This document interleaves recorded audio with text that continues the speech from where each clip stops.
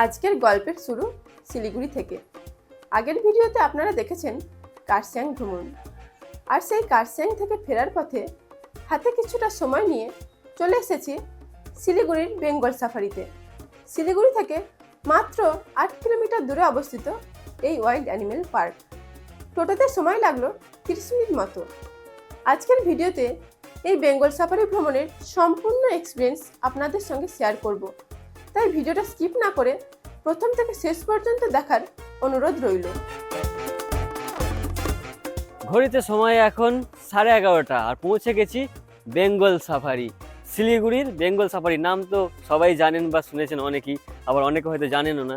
তো যারা জানেন বা না জানেন তো সকলকেই বলছি ভিডিওটা দেখুন। আজকের ভিডিওতে কিছু না কিছু অন্য থাকবে। তো চলুন প্রবেশ করা যাক। বেঙ্গল সাফারি প্রবেশ করি প্রথমে ডান দিকটায় পেয়ে যাবেন কিছু হোর্ডিং বা বোর্ড। এগুলোতে কিছু ইনফরমেশন দেওয়া আছে। এখানে আপনারা কি দেখতে পাবেন, কি সার্ভিস উপভোগ করতে পারবেন, সমস্ত ডিটেলস কিন্তু এর মধ্যেই দেওয়া রয়েছে। আর সেটা পার করি ঠিক একটুখানি এগিয়ে এসেই ডান দিকে পেয়ে যাবেন এই জায়গাটা, এটা হচ্ছে পার্কিং এরিয়া। এখানে আপনারা আপনাদের বাইক, কার, যে কোনো ধরনের গাড়ি কিন্তু পার্ক করতে পারবেন। পার্কিংয়ের ঠিক অপোজিট সাইডই হচ্ছে অফিস এরিয়া। তো এদিকটায় কোনো প্রয়োজন ছাড়া যাবেন না বা কোনো পারমিশন ছাড়া যাবেন না। আর ঠিক একদম সোজা সামনে এই সোজা চলে যাবেন, এইদিকেই রয়েছে কিন্তু আপনাদের টিকিট কাউন্টার। যে কোনো ধরনের অ্যাক্টিভিটি করার জন্য আপনাদের কিন্তু টিকিট কাউন্টার থেকে টিকিট কাটতে হবে। তো চলুন টিকিট কাউন্টারে যাই। তো এই হচ্ছে এটা টিকিট কাউন্টার, আর এখান থেকে অলরেডি আমি টিকিট নিয়ে নিয়েছি। এটা হচ্ছে টিকিট, গ্র্যান্ড সাফারি করছি, যেটা হচ্ছে 400 টাকা পার হেড টিকিট মূল্য। আর ঠিক এখান থেকে এই যে পাসটা এদিকটা দেখছেন, এদিকটা হচ্ছে ক্লক রুম। দেখিয়ে দিই একটু, এই যে দেখতে পাচ্ছেন এটা হচ্ছে ক্লক রুম। ক্লক রুমে আপনারা মূলত আপনাদের যে লাগেজ বা ব্যাগপত্র, বড় পিট ব্যাগ বা কিছু থাকবে, সেগুলো কিন্তু ওখানে জমা রাখতে হবে, তারপরেই ভেতরে প্রবেশ করতে পারবেন না। আর ওগুলো জমা রাখলে এরকম ধরনের একটা করে টোকেন দেওয়া হয়। এই টোকেনটা কিন্তু হারাবেন না, তাহলে কিন্তু একটা সমস্যায় পড়ে যাবেন। আর এটা হচ্ছে মেন এন্ট্রিজ ওয়ে। এর ভেতর দিয়ে ঢুকে কিন্তু সাফারি বা যে কোনো ধরনের অ্যাক্টিভিটি আপনারা করতে পারবেন। তো আমরা প্রথমত গ্র্যান্ড সাফারিটা করি, তারপরে অন্যান্য কি অ্যাক্টিভিটি করা যায় দেখি, টাইমের উপর ডিপেন্ড করছে। তো জাস্ট এন্ট্রি নিই এই জায়গাটাতে, টিকিটটা দেখাতে হলো। আর এখান থেকে গাড়ির নাম্বার আমাদেরকে বলে দেওয়া হলো যে কোন গাড়িতে চাপবো, আর আমাদেরকে এই রাস্তা দিয়ে যেতে বলা হলো। তো আমরা এখন এই রাস্তা দিয়ে এগোতে থাকবো, দেখি গাড়িটা আমাদের কোথায় রয়েছে। আর এছাড়াও এদিকটায় দেখুন একটা বোর্ড লাগানো রয়েছে, এখানে কিন্তু অনেকটা অ্যানিমেশন টাইপ বা ভিডিও ক্লিপস দেখানো হচ্ছে। আর এই সাইডটায় একটা গার্ডেন মতো রয়েছে, মানে টোটালটা একটা পার্কের মতো সাজানো রয়েছে, দারুণ সাজানো গোছানো। আর এই যে জায়গাটা, গেটটা খুব সুন্দর, এক সাইড দিয়ে জল পড়ছে। আর এর ভেতরে দেখুন সামনে রয়েছে কিন্তু আই লাভ বেঙ্গল সাফারি। সত্যি অসাধারণ লাগছে, জায়গাটা এত সুন্দর সাজানো। উফ, সত্যি আমার তো খুব ভালো লাগছে। আমি তো এখানে ফটোশ্যুট করবই, আপনারা চাইলেও ফটোশ্যুট করতে পারেন। এখন আমরা চলে যাচ্ছি সামনের দিকটায়। এদিকটায় এগিয়ে গেলে বাসগুলো দাঁড়িয়ে আছে, যে বাসগুলোতে আমাদের সাফারি করাবে। আর আমরা যেহেতু গ্র্যান্ড সাফারি নিয়েছি, তো আমাদের ডিউরেশন হচ্ছে সাফারির 1 ঘন্টা। অনেক রকম সাফারি আছে, 45 মিনিটের আছে। আর এখানে মূলত দিনে 8-10 বার তো হয় সাফারি। হ্যাঁ, তো মোটামুটি 11টা, 9টা, 10টা এরকম ওদের ভাগ টাইম আছে। তো সেই টাইম অনুযায়ী আপনারা করতে পারবেন। আমরা নিয়েছি 12টার টাইমটা। আর এই দিকটা এই যে এখানে দাঁড়িয়ে আছে বাসগুলো, এই বাসগুলো করেই আমাদের সাফারি হবে। আর আমাদের সিট নাম্বার হচ্ছে 4, 5, 6, 7, যেহেতু আমরা 4 জন রয়েছি। চলে এসেছি বাসের সামনে, এই হচ্ছে বাস 0345 বাসের নাম্বার। এই বাসে করেই আজকে সাফারিটা আমাদের হবে। এগুলো হচ্ছে পোর্টসের ট্রাভেলার গাড়ি, সত্যি খুব সেফ গাড়ি। আর তাছাড়াও এক্সট্রা সেফটির জন্য ওপরে দেখুন তারের জালি দেওয়া হয়েছে। আর এদিকে দেখুন কাঁচগুলো কিন্তু একদম সিল করা রয়েছে, মানে উইন্ডোগুলো কিন্তু আপনারা ওপেন করতে পারবেন না। আর তার সঙ্গে লোহার গার্ডও কিন্তু দেওয়া হয়েছে।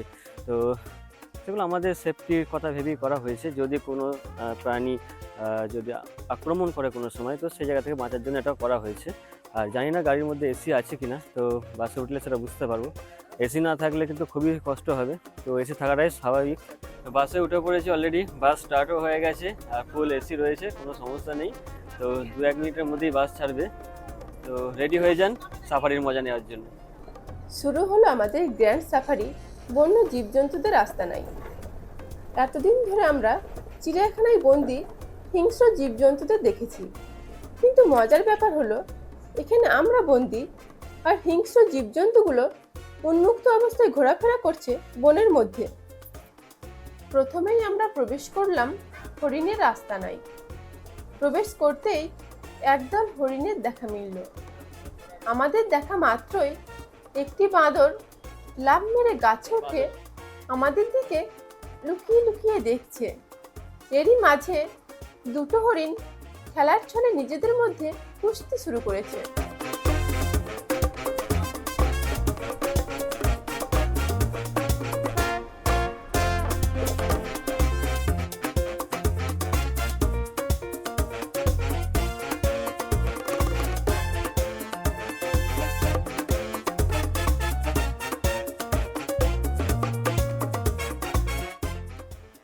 সবুজে ঘেরা জঙ্গলের ভিতর দিয়ে একটু এগোতেই দেখা পাওয়া গেল ভাল্লুকের। ইতিমধ্যে একটি ভাল্লুক আমাদের গাড়ির সামনে এসে করুণ মুখভঙ্গি করে আমাদের দিকে তাকিয়ে রইল।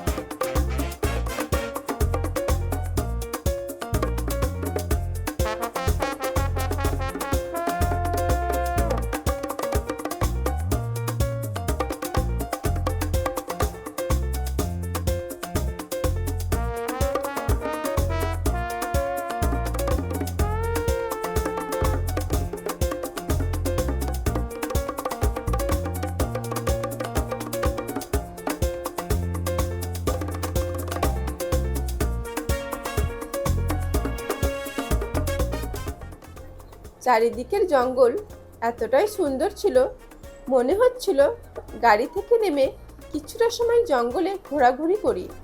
তবে এখানে নেমে ঘোরাফেরা করাটা নিজেকে মৃত্যুর মুখে ফেলে দেওয়ার থেকে কম কিছু নয়, কারণ আমরা এসে পৌঁছেছি চিতাবাঘের আস্তানায়।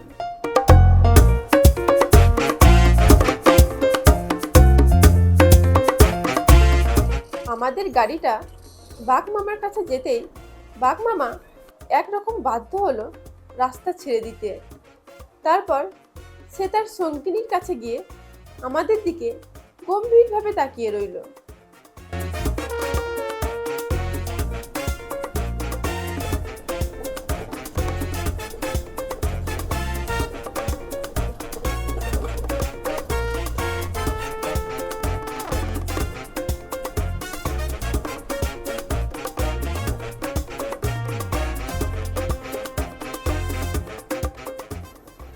বনের মাঝের সরু রাস্তা দিয়ে আর একটু এগোতেই দেখা পাওয়া গেল রয়্যাল বেঙ্গল টাইগারের।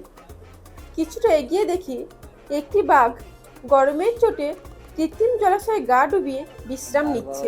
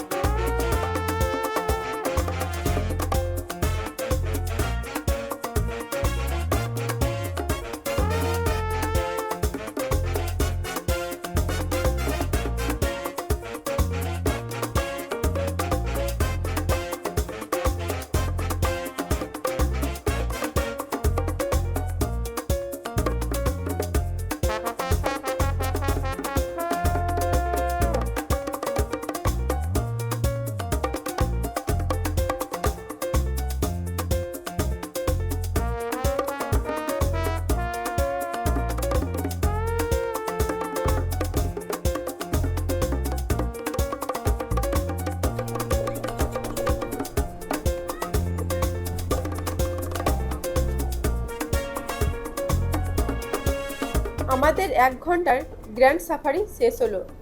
এখানে বেশ কিছু ময়ূরের দেখাও পেয়েছিলাম, তবে তাদের ক্যামেরাবন্দি করে আপনাদের সামনে তুলে ধরা সম্ভব হয়ে ওঠেনি। চলুন বেঙ্গল সাফারির বাকি যে অ্যাক্টিভিটিসগুলো রয়েছে সেগুলো আপনাদেরকে এক্সপ্লোর করে দেখাই। বেঙ্গল সাফারির যে গ্র্যান্ড সাফারি ছিল সেটা কমপ্লিট করে চলে এসেছি, আর তারপরে এসে দেখছি এদিকে একটা শপ মতো রয়েছে। তো এই শপটার ভেতরে চলুন আপনাদেরকে দেখিয়ে দিই কী কী রয়েছে। এখানে মোটামুটি কিছু স্ট্যাচু মানে মূর্তি, শোপিস এই ধরনের জিনিস, টি শার্ট এই ধরনের অনেক রকম জিনিস, পিকেল এই টাইপের অনেক কিছু রয়েছে। তো সেগুলো আপনারা চাইলে এখান থেকে কিন্তু কিনে নিয়ে যেতে পারেন। বেঙ্গল সাফারির মধ্যে এখানে দেখতে পাচ্ছেন চলে এসেছে জিপ লাইনের ধারে, আর এই জিপ লাইন অ্যাক্টিভিটি করতে পারবে মোটামুটি 13 বছরের উপরে যে সমস্ত মানুষ রয়েছে তারাই, 13 বছরের নিচে কোনো বাচ্চারা কিন্তু করতে পারবে না। আর এই জিপ লাইনটার লেন্থ হচ্ছে 80 মিটার, মোটামুটি আছে, ঠিকই আছে। তো আপনারা চাইলে কিন্তু এই অ্যাক্টিভিটিটা করতে পারেন। এটা খরচা সম্ভবত 80 টাকায় হবে। আগে আমি একটা লিস্ট হোর্ডিং আপনাদেরকে দেখিয়েছিলাম, ওটাই কিন্তু আপনারা দেখে নেবেন।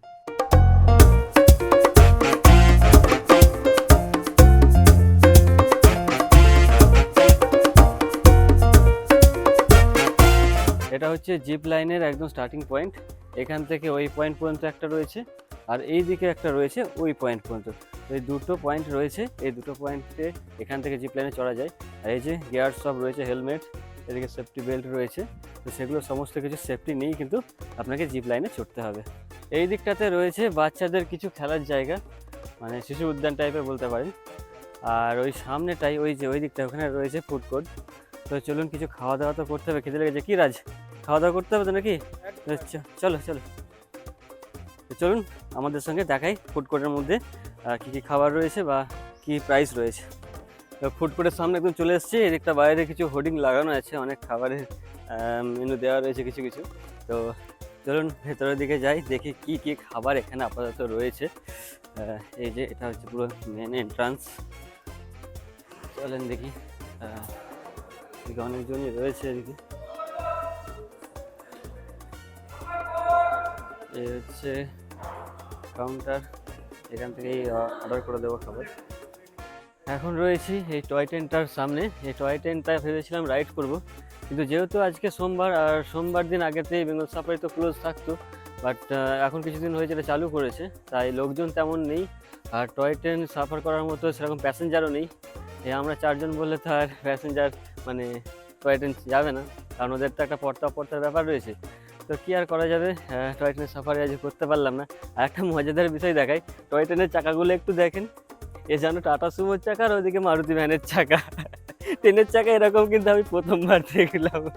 ঠিক আছে, যাই হোক, এটা কিন্তু পুরো সাফারি করানোর জন্য এরকম করা আছে, পুরো জায়গাটা ঘোরাবে। এখানে কিন্তু কোনো টয় ট্রেনের জন্য আলাদা রেল লাইন করা নেই, ঠিক আছে।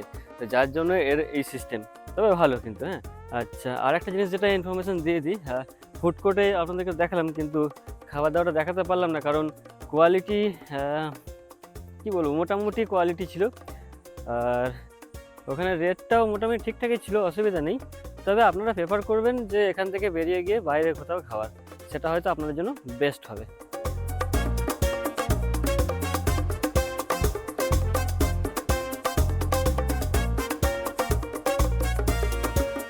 তো এই দিকটায় রয়েছে যে অ্যাক্টিভিটিসগুলো আপনারা করতে পারেন, বলছিলাম জিপ লাইন টিপ লাইন আরও অনেক কিছু। জিপ লাইনের পয়েন্টটা তো আপনাদেরকে দেখালাম ওই সাইডটা দিয়ে। আর এখান দিয়ে গেলে কিন্তু সব রকম যত রকম অ্যাক্টিভিটিসগুলো রয়েছে সব কিন্তু এখান থেকে আপনারা করতে পারেন। সামনেতে সব কিছু রয়েছে, চলুন আপনাদেরকে একটু দেখিয়ে দিই।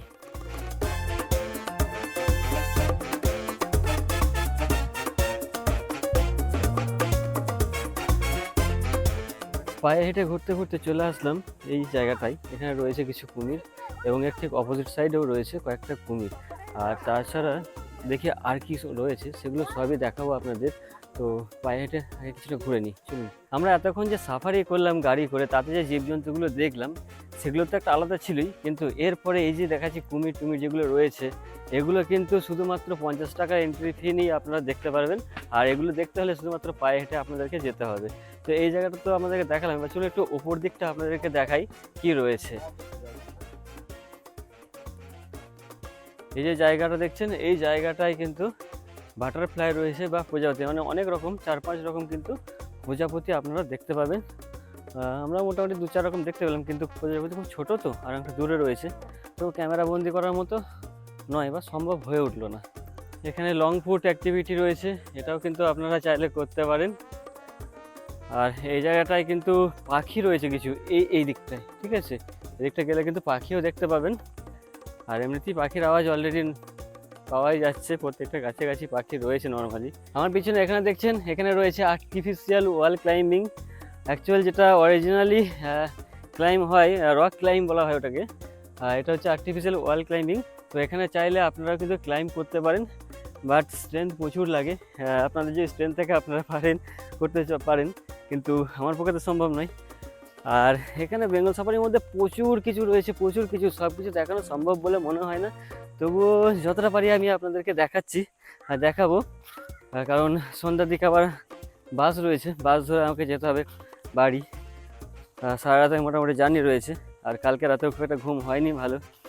তো দেখি কতটা কি দেখাতে পারি আপনাদের।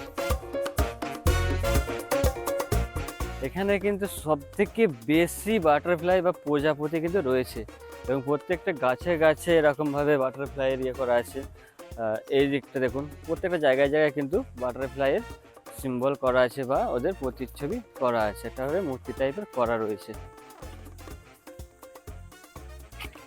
এই যে খাঁচাটা দেখছেন, সম্ভবত আমার মনে হয় এই খাঁচাটার ভেতরে ম্যাকাও টাইপের কোনো বড় গোছের পাখি হয়তো ছিল, তো এখন কিন্তু নেই। এখন আর কোনো কিছুই নেই এর ভেতরে, শুধু গাছপালাগুলোই রয়ে গেছে।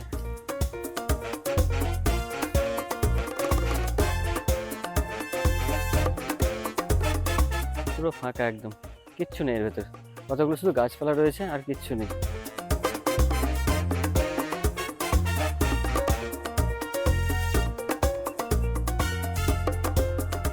তবে বাটারফ্লাই গার্ডেনে আপনারা কিন্তু বাটারফ্লাই শীতকালে আসলে সব থেকে বেশি দেখতে পারবেন, কারণ এই গরমকালে কিন্তু প্রজাপতি খুব একটা নেই, ফুলও খুব বেশি নেই।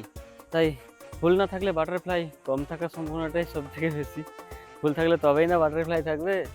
তো যাই হোক, চলুন এবার বেরিয়ে যা, আর তেমন কিছু এখানে দেখছি না। দেখি ওই সাইডটা একবার দেখি, যদি কিছু দেখতে পাই নাহলে বেরিয়ে যাবো। কেমন লাগলো এই বেঙ্গল সাফারি?